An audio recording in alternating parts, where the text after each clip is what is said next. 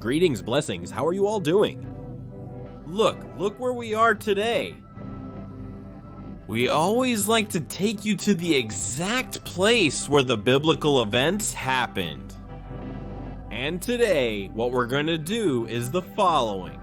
There's a lot of information here, and there's a lot we want to learn.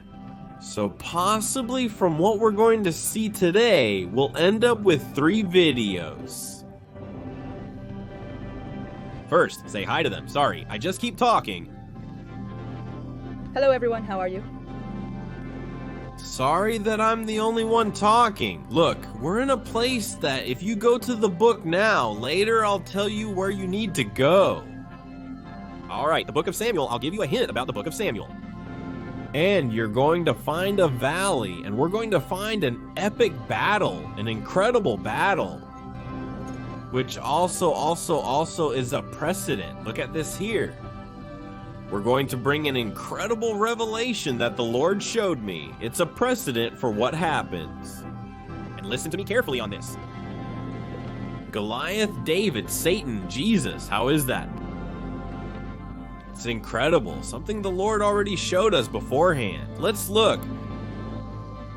Let's learn the meaning of Goliath, what he represents. Let's see exactly where David comes from, where he was from. I mean, all of that.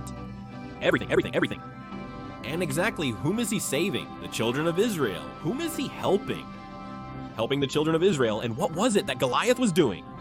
If you didn't notice, where are we? We are exactly on the way to the Valley of Elah, the place where Goliath and David faced each other. David and Goliath, that giant who finally met his death without expecting it, without imagining that he was going to meet his death. So make yourselves comfortable, because I really think this is going to be one of the key episodes and we're going to learn a lot. And I can assure you that very few people, in fact, I think I don't know. You can count on one hand the number of people who get to the place where you and we are going to get, okay?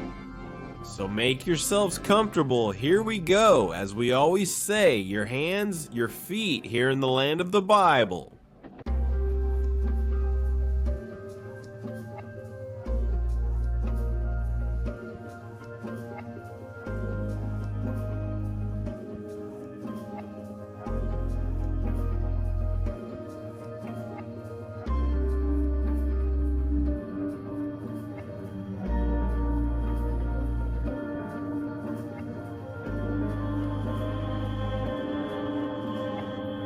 Just got out of the vehicle.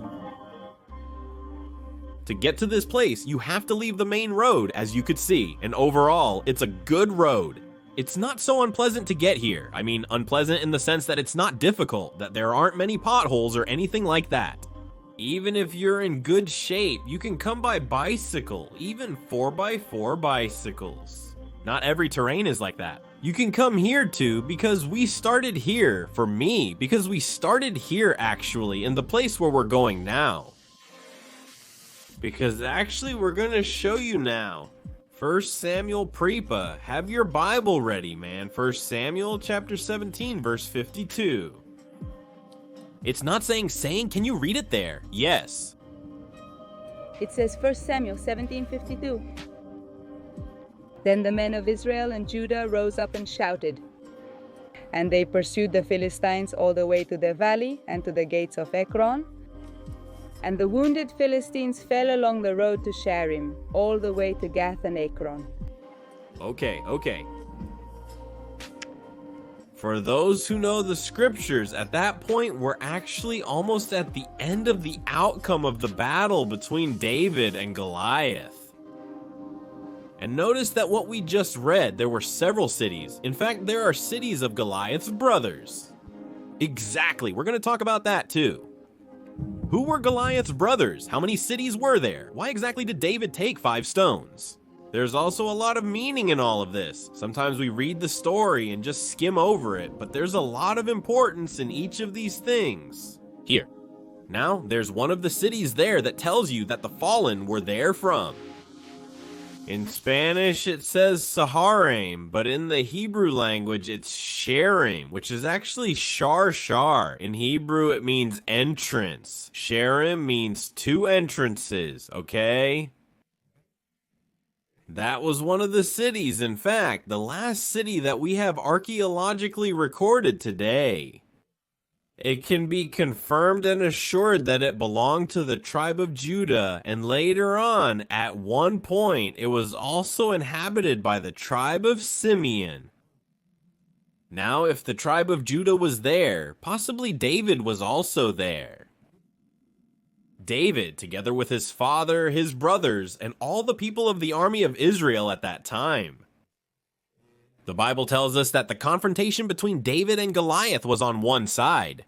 It says that it talks about a city called Soko. It tells us about another city called Azekah, and it tells us about another city called Shearim. So here we have the three cities.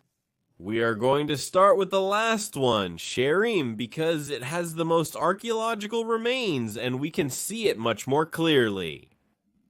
And from there, we will have a view where we can see the valley of Elah.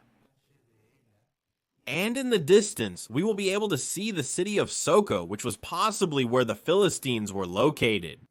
That is to say, the Philistines were between Soko in the area of Azekah with the valley in the middle, and the Israelites were also in part of the valley, but it seems they were in Shearim, which is the place where we are going to enter right now. You can't enter this place with vehicles, we have to go on foot. But if you pay attention along the way, you'll notice that there are also big rocks. The rocks David had weren't like these. We're going to show you what the rocks were like. It's not that David was a giant. Don't imagine a giant Goliath either, because a lot of people think Goliath was a giant, that man. He wasn't that much of a giant. Does the Bible say how many cubits he was? Let's take a look more or less at what that man was like too. And as I said before, the meaning of the name is telling us a lot because it's giving us a precedent for what's to come. So let's start going up there. Let's go.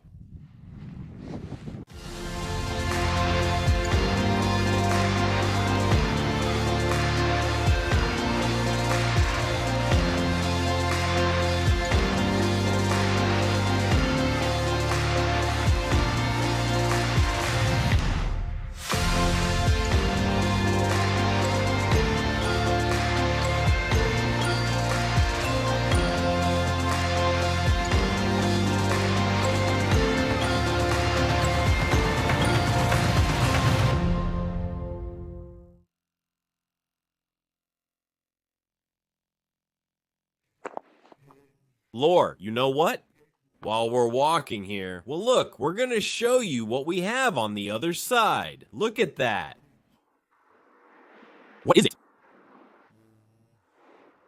That thing you can see up there? Well, there's the sun right there. The mountain with the trees. That's the famous Tell. That one. Is the place where possibly the Philistines were, but well, from here you still can't see it. The valley is back here. Why? Because we are on a second mountain, we are on the other side of the hill. Now, do you know? Well, I don't know if you know. I don't know if you knew, Lori. Well, yes, you did know. The name of the valley of Elah. Do you know where it comes from? Tell us. He is Elohim. God is God, 3 in 1, but he is to say God. You may have heard a lot the expression of all the El, all these terms in the Hebrew language. He is God and Elah is God. gods. Now, it's not that there was any goddess here or anything like that, but rather in the world of nature, of plants. Just as there is the lion king among animals, there are also queens among plants. And it turns out that in this place, in this valley, they managed to come together. 3 types of trees, which are considered the 3 queens. The 3 trees that can only be found in this place. Together, the 3 of them together. That's why it's called the Valley of Elah. Now later we'll show you what they look like and exactly what their names are. You hear us sounding tired. We're not in shape. You hear us sounding tired? No, it's not that we're not satisfied. Look at everything we climbed. Look, that wasn't a small feat. We just climbed all that. For what? Ah, look, where are you and where are we? In one of the few cities or remains of cities that are left. Like, proof that the Jewish people lived here, that the tribe of Judah was here. This is Shearim, and we are standing in front of the entrance that leads to the northwest area.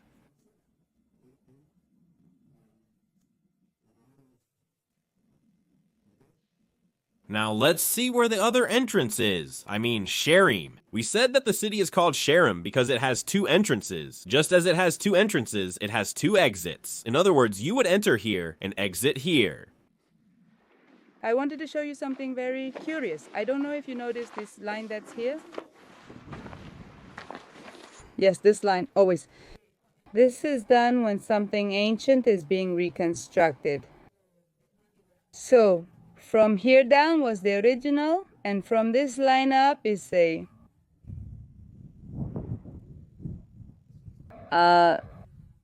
reconstruction. Restoration. Exactly, so that you realize that everywhere there is always also. When we were in Tel Berkevat Amil, we saw a line that marks the difference. The line is not always the same, but you will soon realize that there is a line that divides. So that we can see what was original, that's it. The original that was found, because possibly this rock here was also an original rock. It was just fallen, that's all. It just wasn't exactly in its place. So, stones from the area are picked up, which are obviously similar to the ones that were already there. Because constructions are made with the rock found in the area and they are placed, they try to build them according to how the original is underneath.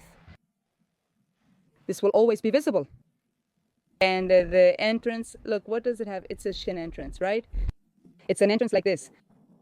Shin, like the initial of Shaddai. From Shalom, it's like this. One is like this on this side, and the one on this side is like this. So in that way here, there were little rooms.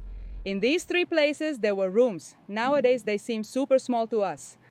Well, to be able to see this shin, we actually have to look at it from an aerial view. You have to go from above, but it... You can more or less see that there is like a...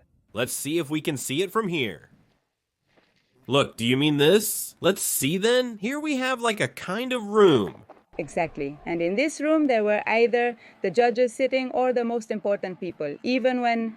Do you remember that we had also read in Bah, that we read many times when Moses sat at the gates and the people came? So, I'm not saying it's here, but I mean that place where there were important people. If you wanted to know what was going on, you had to come to the area by the doors. And, well, that's why. Weren't they all standing on the path? They had small places, little rooms that were meant for those people with seats so they could sit down. I said I was going to try to get up here so I could see the Jing you were talking about. Here we are, look. You say, but don't take risks. Don't take risks. I say that we are already your legs. We have to activate them. Here it is. So we have like a line. Imagine, it's like an E, and over there from... Like two S facing each other, exactly. So we have the other one. E. And this obviously was going up. And it was like... If taxes had to be paid, they were paid here. They were paid here. Here it was the most important thing. But... Over there, on one side, there's a wall, and here there's another wall. This is from one side to the other. Yes, by the way, the wall in this city is also similar to the wall in the city of Jericho. And like the one we saw in the episode about Tel Beersheba, they are walls about 1.5 meters wide, with a protective space in the middle as well, like a cover or something like that. Imagine that thousands of years ago the children of Israel walked around here. Yes! Exactly.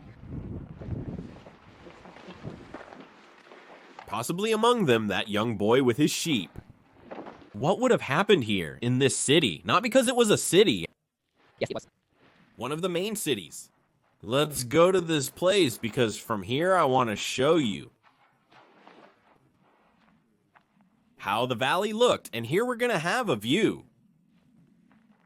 An incredible view of this place. And we can also see this difference from one valley to the other valley. Now, as we said, we won't be able to see everything today. But what we're going to do is try to do as much as possible. A good visit, not only to this place, but to the whole area. Because I also want us to arrive and also bring Lord to the people. The stream where David must have gone. I don't know what was going through his mind. So many things. But that brave young man went to the stream and picked up 5 stones. Each one obviously had a purpose. Here we are, already reaching the edge of the city. It's also important to note that in biblical times, cities were always built on high ground. Of course, it was a way to conquer and not be conquered, so to speak, to have control over what was happening. In fact, Jesus talked about that. A city on a hill cannot be hidden. It's because all the cities were on the hills. And that's exactly why, in fact, the city of Jerusalem, 630-something meters above sea level. Look. Look where we are. Imagine this. You all imagine it too. There, on the other side of the screen, imagine down here. This is the Elah Valley. Everything we have here is the Elah Valley. On the other side, we are also going to go to the other side. The Philistines were there, so... I don't know if you can hear the noise of that truck going by. Yes. We have to do a test. It's like there's an echo, yes. We have to do a test and walk away. I'm going to walk over there afterwards. You stay here, and I'll start making the shouts that Goliath used to make. And I can assure you that you'll hear me. I'm sure it'll be heard, of course. Every detail, I don't know if you knew this, but every detail that exists in the scriptures, especially in this story of David, every detail is incredible. And well, we really have to pay attention to each and everything. Now, just imagine, like I was saying before, imagine that there was a Philistine army there, a bunch of Philistines there, a bunch of Philistines there. Also down below in the valley, and there were also Israelites here, the Philistines. According to what the Bible tells us, as we said, first book of Samuel, chapter 17, verses 1, 2, 3, and 4. It tells us about the places and says that the Philistines were from all that area, towards that whole place, towards that tell. Did you remember them here? Towards that place. And possibly the Israelites were only in this place, where we are, and a little down here. Look, they are an army of thousands and thousands and thousands. The Philistines were always an army that caused trouble for the people of Israel. They were always causing trouble. Now, among all of them, there was a voice that drew attention and came from somewhere where it was visible. They could see him, and he began to confront and instill fear in the children of Israel. Until one fine day, we already know what happened in the story, and we will talk about that in greater depth, How many people lived in these cities approximately? Families. We should also keep in mind that many of these cities were also cities with motives. Military. Which doesn't mean that all the cities were places where people lived. It wasn't just for families or wealthy people, but they were like military forts, military outposts. And that's how we also have the city of Megiddo, one of King Shlomo's military forts at that time. To get here, where are we? Let's locate ourselves. Behind us, if you can see over there, like those cranes. Behind that is the city of Bethlehem, did you know? We have it very close, there is Bethlehem. Do you remember who came from Bethlehem? Who came? David himself, right? Well, we have several, but that little one who ruined Goliath's party came from Bethlehem, so he was from that side. Jerusalem is located towards this area, the area on the left behind us. We are with the city of the Mediterranean Sea, the cities of Ashdod, Gaza, Kiryat Gat, and all these cities where the relatives and brothers of Goliath were. It should be noted, Lorena, that this city was large. Very large, because we are seeing remains even here now, and we have walked quite a bit. We see remains and they keep going. Quite large. Nowadays, as we said, almost no one comes to visit this place. Why? Because from the point of view of tourism, there is nothing nearby to stay at or to visit another place. So you have to travel quite a few, maybe kilometers, to get here. And since it's out of the way, very few people come here. When they can visit, it's mostly because maybe they've already come once before and they leave this place for another time. To say, I don't know, let's go later. Another thing is that people look at it from the road. I don't know. You can't appreciate all of this. You only look at it from down there. And well, you only see a part of it too. Exactly. You go on the bus, and from up there, the guide tells you, look over there to the left. That was the place where people lived, the people of the tribe of Judah.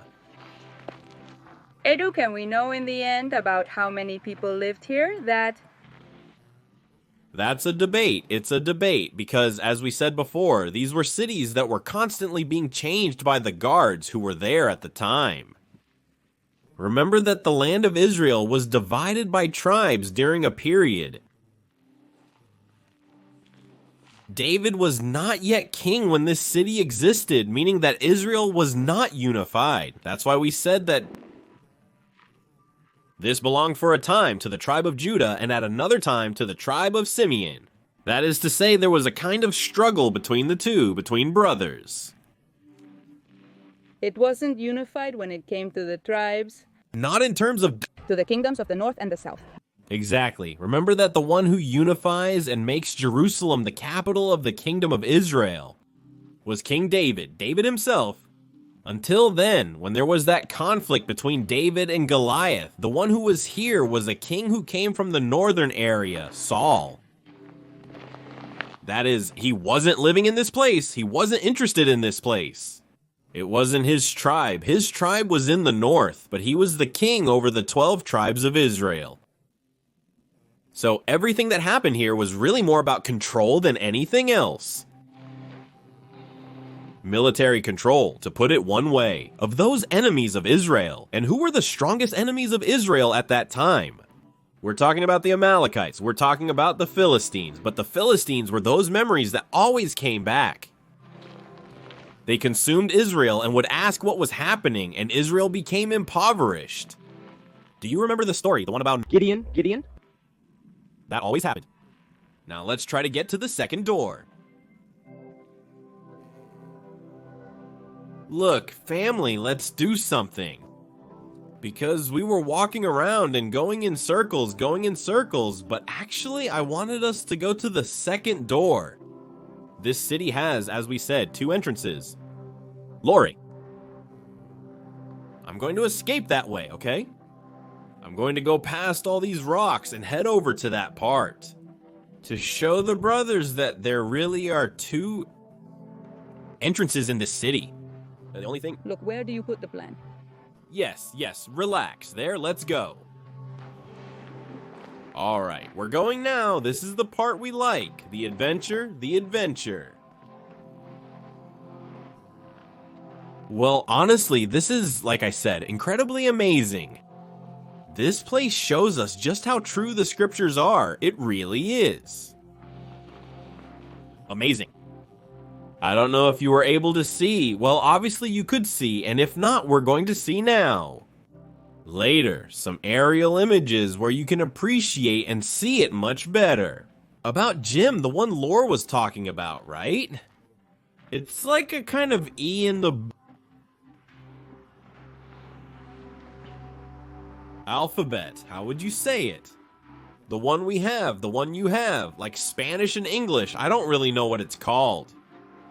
Sorry, there are some words I can't remember. I need to start recalling words a bit more. Look, this is the second entrance, and this is the one that faced the south area. That is, if I keep walking this way, I'm there. In this case, I'm leaving the city, but I could run into people who are coming in, who are coming to the city. And this one goes directly to the south side. Where are we going if we keep going down and down and down this way?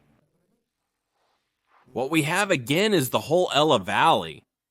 And what we have in front of us is Soko, the biblical city, Soko, that site, the place Tel Azakah, and exactly here where we are, in Shearim, as you have it there in the scriptures. I can't help but imagine, can't help but think that David was here, his brothers, possibly King David. He wasn't king yet, but what he did was go down through this gate, pass through this gate, and head toward the battlefield. Because the Bible tells us that there, in that place, was the battlefield, in the valley, because the valley separated the two, and the Philistines were on that side. Possibly there, in that valley, was the encounter, and possibly he passed through this place where we are right now. Obviously, the result is one thing.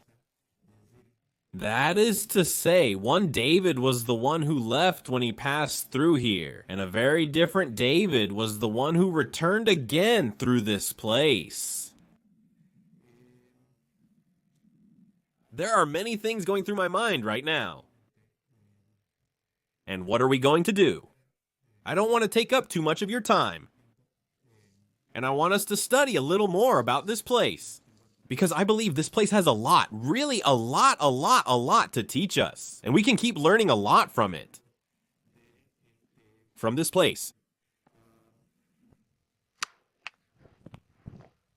Incredible. We're going to leave this place now. And I'm going to meet Lori, who's already almost on the other side of the entrance. To say goodbye, and you, but we're not really saying goodbye, because remember, we're gonna go there. We're gonna go down. That place where David went to look for the stones, where he met Goliath, but me too. What I want us to see is what the Philistines' perspective was toward the Israelites. What we are seeing here now, what we are seeing here. I'm going to stand a little higher up here. This is exactly the view that the Israelites had of the Philistines. I mean, this is what they saw, okay? All of this. It was what they were watching, and that champion who came out and struck fear into the children of Israel. Tremendous. Let's continue, and we're already saying goodbye.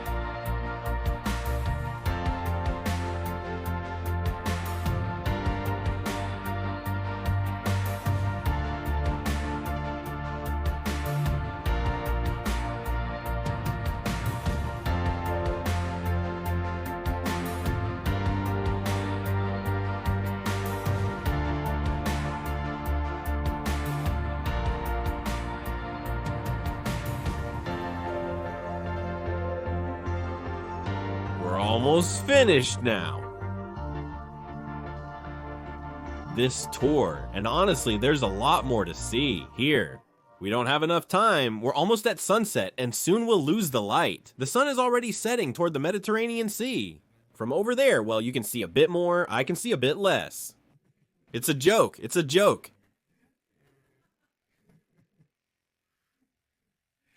They love me anyway, I love them much more.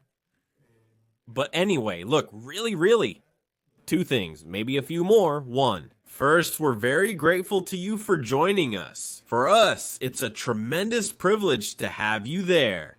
I don't know how you are, if you're watching us from a bus, on a phone, sitting in your living room, wherever you really are. For us, it's a tremendous privilege that you took the time to be there and learn together with us. We are just little adventurers who set out to these places because we want to travel through Israel with the Bible in hand and discover the real places. Where very few people come to show these places, I mean, not many people show these places. In fact, very few documentaries, even in Israel itself, talk about this. Not many people talk about this, so it's really good for us. It's a tremendous joy and a tremendous privilege. What the Lord did with us here and in the land of the Bible, trying to bring Israel to your home. Second, I don't know if it's the same for you, but in my mind, a lot of things are going on, like photographs. Trying to imagine back then, that time, like I said, I had just been there. While you were on this side, I had gone to this door and I passed by with the camera. And I was saying that we had to try to imagine a David who was going out to the battlefield. He knew he was going to face a giant, but he also knew that giant was going to fall, because the one who was with David was stronger than the one who was with the giant. But even so, I believe it wasn't absolutely at all easy to have followed David from here. First of all, because his whole family, just like they did with the Messiah, looked down on him. Like, who are you? You're just a kid? They didn't believe. I mean, go home and take care of the sheep. What are you doing here? Did you sneak out? Does Dad know you're here? What are you doing here? And yet he was going to face what many people thought on this side, where we are now. That he was possibly going to find death, and that he would be a shame for the Israelites. In fact, the Israelites were already ashamed. Because for how many days was that one over there? 40 days? He would come out and talk to them day after day after day, and these people here, their legs were shaking, their knees were trembling. Until the smallest of them all shows up, the most insignificant of them all, the one that Samuel Bayunge, and in the end, he's the one who will face him.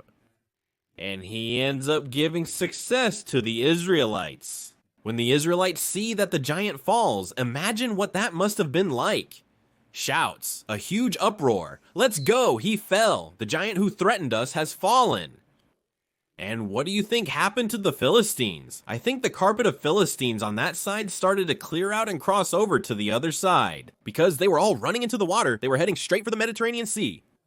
And let's go back to the ships, let's go back. 2 hours. Places, because the Israelites are coming at us now. It's like David scored the winning goal. Let's go get that David. I imagine that's obviously how it happened, just like that. Maybe saddened because he didn't have the support from his family, from his brothers, from his friends, from those who were here. But even so, he had the support of the Almighty. Now, as we were saying, not only was his family here, not only were his brothers here, not only was the army of Israel here, but the king himself was in this place. King Shaul was in this place. And do you remember what King Shaul did? And yes, King Shaul, the first time they brought him, it's like he couldn't even believe it either. But even his own clothes that he wanted to try on, I mean, it was obvious that King Shaul's clothes were never going to fit the garments of the others. The physical context was different. So all of King Shaul's armor could never fit a young boy. David was also much thinner. He was strong, but it was nothing alike. So just to make it really clear when giving him the clothes, like to really exaggerate that you can't see that you can't, because it was obvious that if you looked at it that way, it was never going to fit him. The clothes were too big for him. David tried to walk and he couldn't. And he couldn't. You see, sometimes the enemy does that. The enemy does that to us. Really exaggerated, like. So you realize it separately. But they're not made up things, they're real things, because that was David's reality. The clothes didn't fit him, the clothes were too big for him, so it was almost like no one needed to say anything. David just had to say, no, you're right, it doesn't fit me. But they thought that by seeing himself that way, David would give up. But in reality, he just said, I'm not used to wearing this because I never practiced. And he didn't give up either. I mean, he left without the weapons.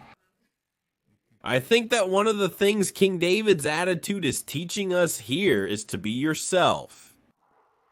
I mean, don't try to imitate anyone. I mean, be yourself. God created you exactly as you are. Accept yourself as you are. Don't try to wear someone else's clothes. I mean, it doesn't suit you. Don't imitate. Don't imitate someone else. You're not that person. Simply, what we do need to understand is that it gives us the confidence that the one who is with us is much stronger than the one who is with the others. The sling was enough for him, just as God anointed him through Samuel, and he came with the sling. It was what he had. God told him, this is what you have to do, and nothing else was needed, even though it didn't seem like it, but really nothing else was needed, just the sling and courage. Believe in God. Well, look, we could be here for hours and hours and hours trying to go much deeper. Because here it's like the Bible is, I don't know, in 3D. It's like here the Bible speaks, right? The Bible speaks in the desert. The word speaks. That's what the Hebrew language says. As I said, we are going to keep exploring this place. We are going to enter the valley. We are going to go to the other side to try to see what the Philistines saw, how they saw the Israelites from this side. So we have a lot to explore here in this place. This valley is incredible. We are going to get to the stream. We are going to look for some rocks. In fact, I'm going to take some rocks from here. I'm going to keep them at home. Look, I could send you a few rocks from here, from the exact spot in the Elah Valley, so you can have them at home. But I think I would have to send thousands and thousands of stones. I don't know if they'll let me, but we'll give you the gift anyway. At some point, I'll take some stones. And you know what? We're gonna do something. We're gonna do something with you. We're going to make something for you. Not a raffle, because we don't believe in raffles, but we'll see how we can give it to you. And we'll see what we can do so that you also have a stone from here, just like the ones King David gathered. Family, thank you very much. Really, now we're saying goodbye. Have a great time. Take care. If this video was a blessing, please share it. But most importantly, don't miss the next meeting we're going to have, which will be part 2 of the Valley of Elah. David and Goliath's confrontation. Remember, today we just saw it from the perspective of the Israelites and David. Let's go see it from Goliath's perspective. And we're going to finish in the Valley of Elah, the place of the confrontation. Blessings. Blessings to everyone. Bye-bye. As we always say, Shalomu Brajot Brajot, bye-bye family, Shalom Shalom.